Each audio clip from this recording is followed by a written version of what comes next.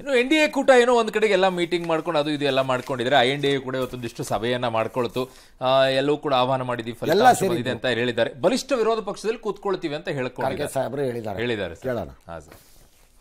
The India bloc will continue to fight against the fascist rule of the BJP led by Modi.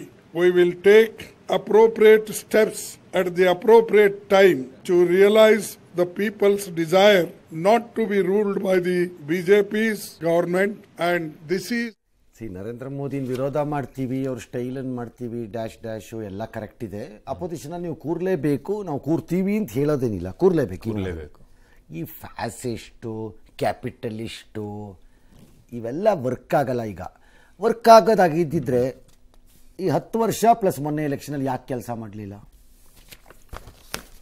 Rahul ಗಾಂಧಿಯ main campaign line ಏನು ಅದೇನೆ ಯಾಕೆ work ಆಗಲಿಲ್ಲ ಅದು ಜನ ಸ್ವೀಕಾರನೆ ಮಾಡಬೇಕು of course BJP has lost 30 seats ಡೌಟೇ ಇಲ್ಲ ಅದರಲ್ಲಿ ಬಟ್ ಯಾಕೆ ವರ್ಕ್ ಆಗಲಿಲ್ಲ ಹಂಗಾರೆ ಈ ಓಲ್ಡ್ ಕಮ್ಯುನಿಸ್ಟು ಥಾಟ್ಸಲ್ಲಿ ನೀವು ಫ್ಯಾಸಿಸ್ಟು ಕ್ಯಾಪಿಟಲಿಸ್ಟು ಅಂದ್ಕೊಂಡೇ ಕೂತಿದ್ರ ಆಗಲ್ಲ you need to reinvent yourself Modi oppose ಮಾಡೋದು ಬೇರೆ ರೈಟ್ ಮಹಾರಾಷ್ಟ್ರದಲ್ಲಿ ಬಿಜೆಪಿಗೆ ಆದ ಹಿನ್ನಡೆ ಹಿನ್ನೆಲೆಯಲ್ಲಿ ಫಡ್ನವೀಸ್ ಅವರು ನೈತಿಕ ಹೊಣೆ ಹೊತ್ತು ರಾಜೀನಾಮೆಯನ್ನು ಕೊಟ್ಟಿದ್ದಾರೆ ಡಿಸಿಎಂ ಸ್ಥಾನಕ್ಕೆ. ಇನ್ನು ರಾಜ್ಯದ ವಿಷಯಕ್ಕೆ ಬರಕ್ ಹೋದ್ರೆ ಕಾಂಗ್ರೆಸ್ 9 ಸ್ಥಾನ ಗೆದ್ದಿದೆ, ಇನ್ನು ಸ್ವೀಕಾರ ಆಗಿಲ್ಲ.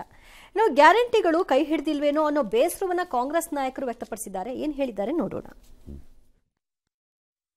ಗ್ಯಾರಂಟಿಗಳಿಂದ ಏನು ಕೈ ಹಿಡಿದಿಲ್ಲ ಅಂತಕ್ಕಂಥ ಮನವರಿಕೆ ಆಗಿದೆ. ಜನ ನಿಮ್ಮ ಗ್ಯಾರಂಟಿಗಳು ನಮ್ಗೆ ಅವಶ್ಯಕತೆ ಇಲ್ಲ ಅಂತಕ್ಕಂಥ ತೀರ್ಪನ್ನ ಈ ಚುನಾವಣೆಯಲ್ಲಿ ನಮಗೆ ಕೊಟ್ಟಿದ್ದಾರೆ. ಅದು ಮುಂದುವರಿಸಬೇಕಾ ಬೇಡವಾ ಅಂತಕ್ಕಂಥದ್ದನ್ನು ಹೇಳಲಷ್ಟು ದೊಡ್ಡವ್ ನಾನಲ್ಲ. ಮುಖ್ಯಮಂತ್ರಿ ಗ್ಯಾರಂಟಿಯನ್ನ ಪರವಾಗಿ ಜನ ನಿಂತಿಲ್ಲ ಅನ್ನೋದು ಸಹಜವಾಗಿದೆ. JDSನವರಿಗೆ ಬಿಜೆಪಿ ನಮ್ಮ ಗ್ಯಾರಂಟಿ ವರ್ಕ್ ಮಾಡ್ತೇವೆ ಅಂದ್ಕೊಂಡಿದ್ದು ನಾವು ಮೋದಿ ಅಲ್ಲೇ ಕೆಲಸ ಮಾಡಲ್ಲ ಅಂದ್ಕೊಂಡಿದ್ದು ನಾವು ಕನಿಷ್ಠ ನಾವು ಒಂದು 4-5 ಸೀಟರ ಬಹಳ ಹತ್ತಿರದಿಂದ ಸೋತಿದ್ದೀವಿ. ನೆಗ್ಲಿಜೆನ್ಸ್ ಆಗಿದೆ ಕೆಲವು ಕಡೆ, ಓವರ್ ಕಾನ್ಫಿಡೆಂಟ್ ನಾವು ಗೆಲ್ತೀವಿ.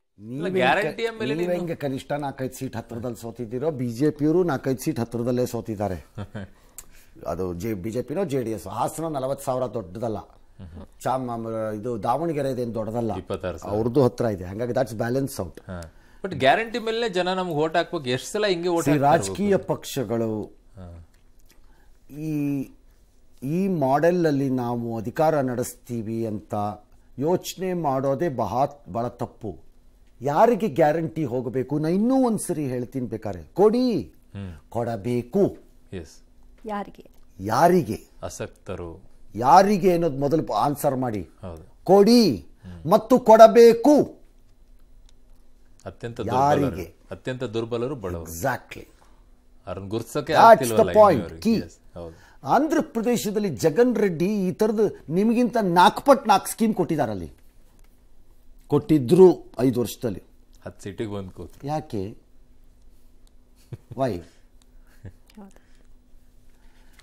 ಮುಂದಿನ ಮಾಡೆಲ್ನಲ್ಲಿ ಇದು ಒಂದು ಭಾಗವಾಗಿ ಹೋಗಬೇಕೇ ಹೊರತು ಅದನ್ನೇ ಅಲ್ಲ.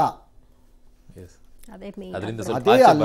ನೀವು ಶಕ್ತಿ ಕೊಡಿ, ಯಾರು ಬೇಡ ಅಂದಿರೋ ಹೆಣ್ಮಕ್ಳುಗಳಿಗೆ ಎಲ್ಲ ಕಡೆಗೂ ಕೊಡಬೇಡಿ, ಕೊಡಿ, ನಿಮ್ಮೂರಿನಲ್ಲಿ ಓಡಾಡಿಕೊಳ್ಳಿ ಅಂತಾನೋ, ಅಥವಾ ಇಂಥ ಹೆಂಗಸರು ಈ ವರ್ಗದಲ್ಲಿ ಈ ಆರ್ಥಿಕವಾಗಿ ಹಿಂದುಳಿದವರಿಗೆ ಅಂತನೋ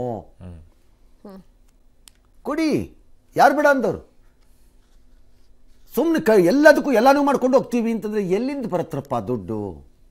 ಅಲ್ಲ, ಇಡೀ ಎಲ್ಲದಕ್ಕೂ ಬರೀ ಗ್ಯಾರಂಟಿಗಳನ್ನ. ಕರ್ನಾಟಕ ರಾಜ್ಯ ಸರ್ಕಾರ ಇದರಿಂದ ಎಚ್ಚೆತ್ಕೊಂಡು ಈಗಲೂ ಮಾಡದೇ ಇದ್ರೆ, ಉಡಾಫೆ ಹೊಡಿತಾ ಇದ್ರೆ, ಡೆವಲಪ್ಮೆಂಟ್ ಆಕ್ಟಿವಿಟೀಸ್ ಆಗದೆ ಇತರೆ ಸಾಮಾಜಿಕ ಕಾರ್ಯಗಳೆಲ್ಲ ಸ್ಥಗಿತವಾಗ್ತಾ ಹೋಗಿ ಕುಂಠಿತವಾಗಿ ಸರಿಯಾಗಿ ಹೊಡೆಸ್ಕೋತೀರಿ. ಗ್ಯಾರಂಟಿ ಸ್ಕೀಮ್ಗಳನ್ನು ರೀವಿಸಿಟ್ ಮಾಡಿ ಮತ್ತು ಯಾರಿಗೆ ಹೋಗಬೇಕೋ ಅವ್ರಿಗೆ ತಲುಪಿಸಿ. ಬೇಡ ಅಂತವ್ರು ಯಾರು? ಓಕೆ.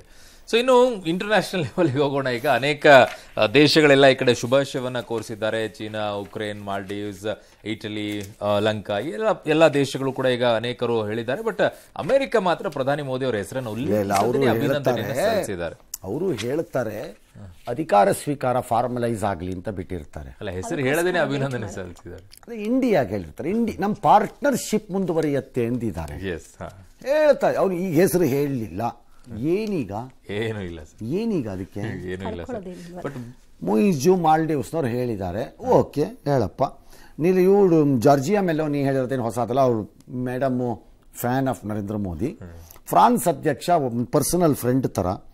ಉಕ್ರೇನ್ ಅಧ್ಯಕ್ಷರಿಗೆ ಒಂದಿದೆ, ಏನಾದ್ರು ಪುಟಿನನ್ನು ಒಪ್ಪಿಸ್ಬೋದೇನೋ ಇವರು ಅಂತ ಹೀಗಿದೆ. ಎರಡನೇದು ಪಾಕಿಸ್ತಾನದ ಡಾನ್ ಪೇಪರು, ಮಿತ್ರ ಪಕ್ಷಗಳ ಮರ್ಜಿಯಲ್ಲಿ ಮೋದಿ. ಅವನು ಯಾವನು ಬರ್ದವನು ನನಗೊಂದು ಹೆಂಗಾರು ಮಾಡಿ ಟ್ಯಾಗ್ ಮಾಡಬೇಕು ಅವನಿಗೆ ನಾನು ಎಲ್ಲರೂ ಒಂದು ಕಡೆ. ಪಾಕಿಸ್ತಾನದಲ್ಲಿ ರೂಲಿಂಗಲ್ಲಿರೋ ಸರ್ಕಾರ ಯಾವ್ಯಾವ ಮರ್ಜಿಯಲ್ಲಿದೆ?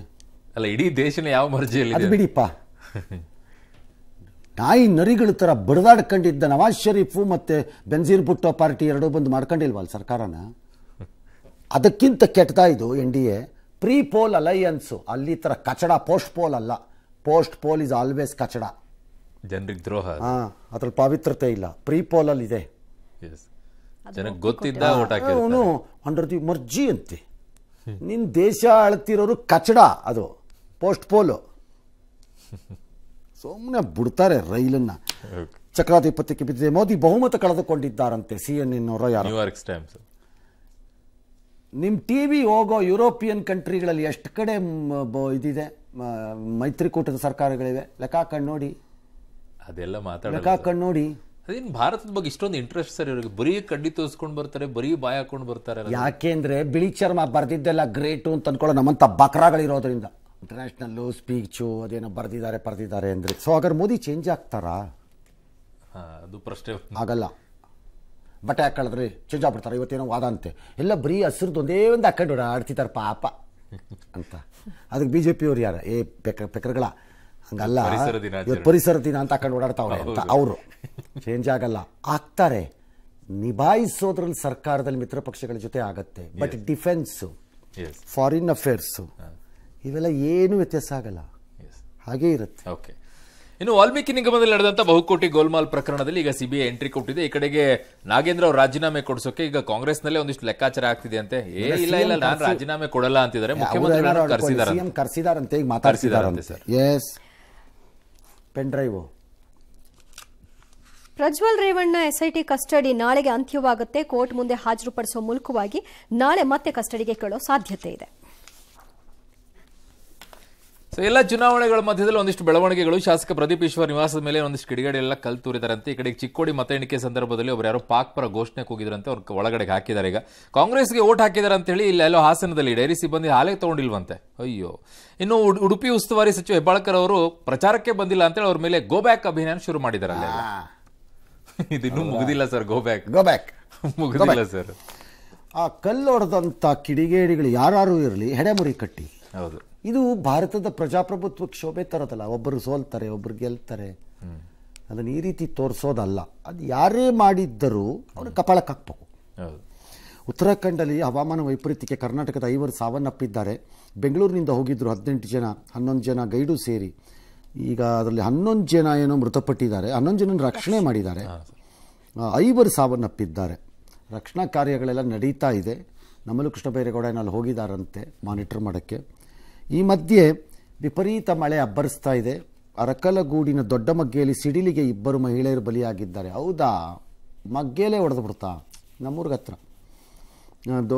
ನದಿ ಬೈಕ್ ಸವಾರ ಅಪಾಯಕ್ಕೆ ಹೋಗಿ ಸಿಕ್ಕಾಕೊಂಬಿಟ್ಟಿದ್ದಾನೆ. ಮಲಪ್ರಭಾ ನದಿ ದಾಟಕ್ಕೆ ಹೋಗಿ.